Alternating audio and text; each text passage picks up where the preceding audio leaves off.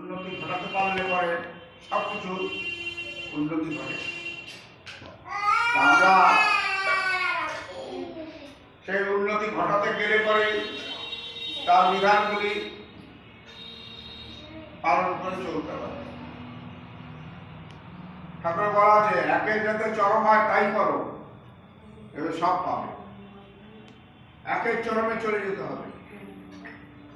একটু করলাম, একটু করলাম, তারপর করলাম, একের চরমে যেতে হবে, তাহলে সব কিছু পাওয়া যাবে। আমাদের সবচেয়ে বড়, এখানে সবাই প্রতিদিন আসেন, কিছু না কিছু জানেন, শোনেন, বোঝেন যে ঠাকুর কি, ঠাকুর সম্বন্ধে কি, ঠাকুরের লীলা কি করেছে, কত তার লীলা কত শোনেন, আচার্যদেবের লীলা শোনেন, কত কিছু শোনেন। সেটা শোনা,